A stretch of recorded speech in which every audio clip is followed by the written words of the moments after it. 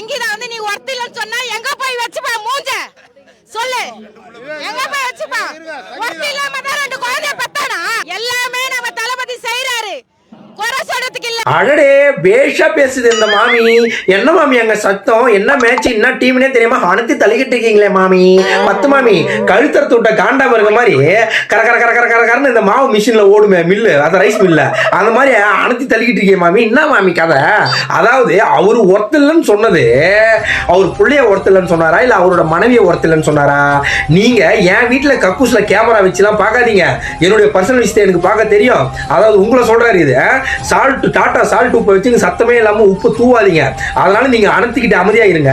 அப்புறம் ஏன் ரசிகர்களாகிய நீங்க என்ன பண்றீங்கன்னா இந்த விஷயத்தை நினைச்சு என் விஷயத்தை நினைச்சு நீங்க கஷ்டப்படாதீங்க, நீங்க ஹர்ட் ஆகாதீங்க, நீங்க உங்களுடைய அரசியல் நோக்கத்தை நோக்கி ஓடுங்க அப்படின்னு சொன்னார்.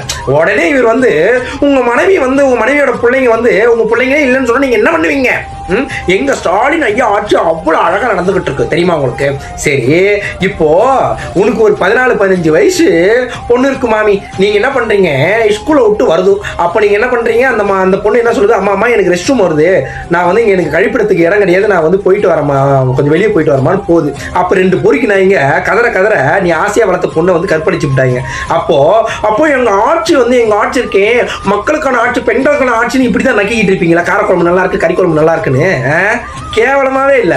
இதுல வேற இப்படி சொல்ல நீங்க என்ன பண்ணுவீங்க? எங்க ஆட்சி பத்தி தெரியுமா? அதே மாதிரி உனக்கு பேத்தி வயசுல 2 வயசு குழந்தை இருக்கு, அதை ஒருத்தவன் தூக்கி போய் கற்பழிச்சானா இப்படிதான். எங்க மாடல் ஆட்சியே மாடலா இருக்கும், தினசா இருக்குன்னு பேஷா கத்துவாங்க மாமி, பேஷா நடத்துவாங்க. 10 மாமினா 10 மாமி தான், கூச்சமே இல்ல.